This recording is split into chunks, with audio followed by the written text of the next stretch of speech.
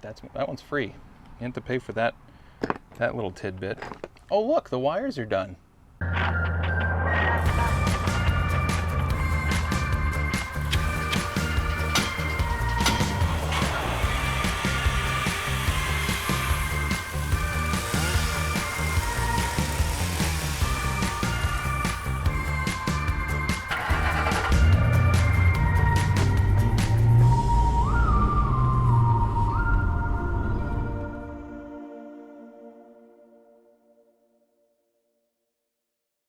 Hey folks, before we get to the meat of the video, I just had to be real honest about the fact that I did not do a great job on this one. Forgot to record an intro, forgot to record an outro. Who knows why I'm even here doing what I'm doing, but I am. Anyway, I decided it was time that I get into the battery box, take out some of the old wires, put in some new shiny wires, and that's where we're going to pick it up. Inside the battery box, we have a couple different things in addition to batteries. But to start, we've got battery, wire, other wire, more wires going in and around and up and through. And you might think this is a little confusing, and it is. If you don't know much about car batteries and wiring and 12-volt systems and all that. And there are some things out there that can actually make your life a little bit easier, and one of them is a wiring diagram. Ooh. Now this wiring diagram shows you where everything goes if you have one. I happen to have one. I happen to have all the wiring diagrams for this thing. They've been really helpful and confusing. But basically what we've got is a couple positive wires, couple ground wires going to batteries. Those go off into the motorhome and other places that we don't really need to care about right now because we're just doing a one-for-one swap of wires that are there for new wires that I have. But if you're interested, this is the wiring harness for the battery box inside of a 1995 Airstream motorhome, and I think it's the same deal for like all their motorhomes. So take a screenshot, free for the taking. What I'm going to be focusing on replacing today are this positive wire, this one over here that goes to the auxiliary battery solenoid, this ground wire that connects the two batteries together, and then another ground wire that goes to the frame on the motorhome. And I've got brand new wires to replace those with. Just had those fittings redone. I might put some heat shrink on these before they go on there, or at least some electrical tape, because it pretties them up and it actually keeps a little bit of corrosion from getting into these gaps between the crimped fittings and the wires. So I'm going to do that right quick and then start taking this thing apart, only to put it right back together again. The issue that kind of prompted all of this was this little disconnect switch right here. It's undersized for what it's being used for. When you turn over the generator, this thing was getting really hot. This green little cap right here was getting melty and floppy, which is not great. And as you can see, we're at a point now where if I bring over my little beepometer here, touch it together, I assume you can hear that beep. If you can't, I'll just put it in post. If I come down here to this disconnect, if I go across here, yep, I can hear that, so I'm getting continuity. Or if I just touch it here, yep, sounds good. But if I go across this thing,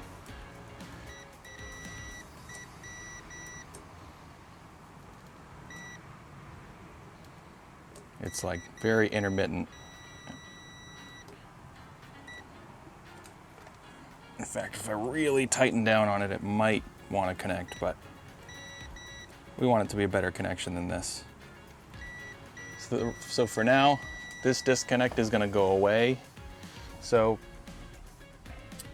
let's just start getting everything taken off of here, and we'll tune up the other wires. I didn't find any heat shrink, but I do have some electrical tape, and that should get us by for now. It's definitely going to be a lot better than what we have in here. So I'm just going to start pulling everything out. Disconnect. As I said, this disconnect is crap. This is what actually started this whole process, and everything's loose right now, in case you were wondering before you put it in the comments. I already pre-loosened everything. In fact, I had everything taken apart here, and then I remembered, oh yeah, you're trying to do a YouTube channel. Maybe somebody's gonna wanna see this. So put it down in the comments. Thank me for putting this back together just so you can watch me take it apart again. Okay, you want to do that? I'd appreciate it. So what we're going to do as well is kind of be careful to, as I disconnect these wires, it might be tempting to just slash and tear everything apart, kind of like I was just doing. This is still a hot wire, and if I start touching this to everything inside this camper, you know, flying around willy-nilly, I might zap myself or you or one of the kids. I don't have any kids, but what I'm saying is disconnect everything that might make a fire, you know. It's important. And then disconnect everything and do these wire nuts. I don't know how many times I'm gonna go back to struggle with this disconnect before I actually get it. Probably 6 or 12. Hey, we got a black wire that's going bye-bye. Those are good. I mean, they're still making contact where they need to. So I'll probably put them in the spares bin. I'm gonna try and keep plenty of spares inside this thing for when we hit the road. There's also this bar that holds the batteries in. That's got to get out of the way. Yeah, that's right. This is why you make everything finger tight before you hit record. That way you can break the fourth wall and let everybody at home know that you're not at home there with them. This is all a recording. It's all been for your entertainment. All right. We have liberated the batteries, I think. So let's pop this bar off of here. Put that aside somewhere safe and where I'm not going to trip over it. Haul this battery out of here. Put that somewhere safe. Same thing with this guy. Yoink. All right. Look how much room we have for activities. Now that we have access to the inside of this doodabber, we can see all the mischief that's going on ever since 1995. A couple solenoids. Now, if I'm correct and not guessing, I'm kind of guessing. I've only looked at the schematic about 40 times, but I'm not a professional. We've got the auxiliary battery disconnect solenoid right here. Not sure if these even work. Something clicks under the hood when I hit a button that says auxiliary battery disconnect. When I get the batteries connected, I'm going to start testing on that just to make sure it does what it's supposed to do.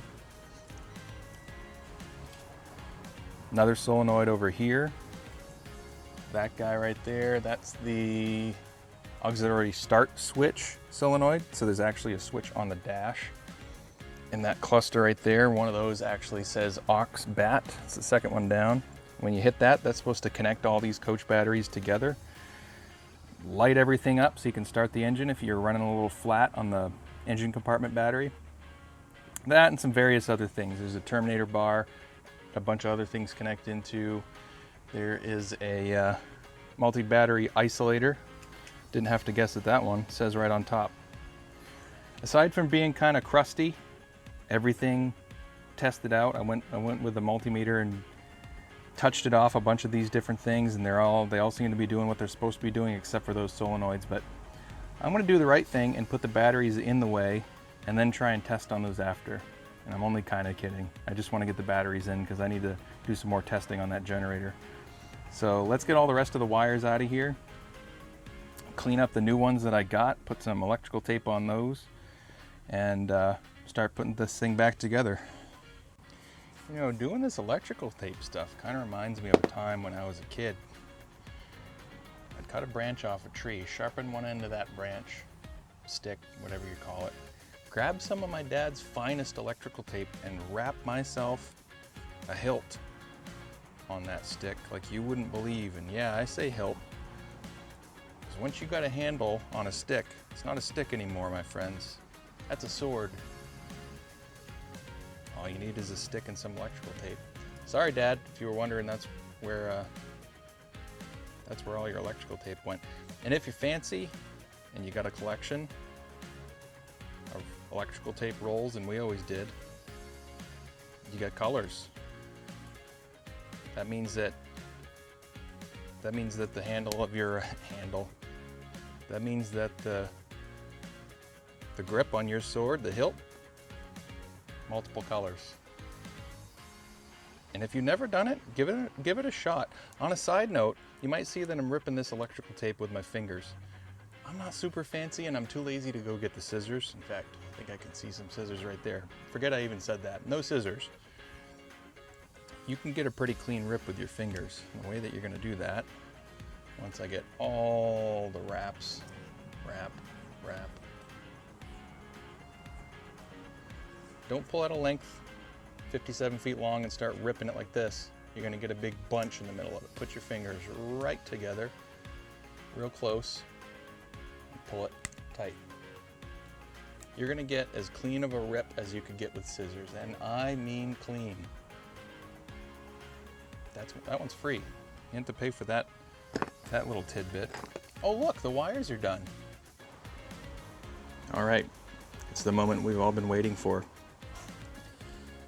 Ooh, some shiny new cables in there.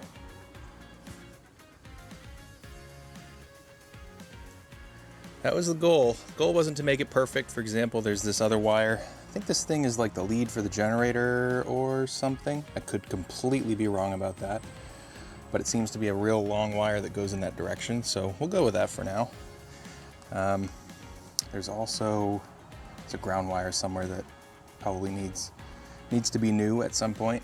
A couple little guys that jump to these solenoids. I'll test on those and make sure that those are everything that they want to be.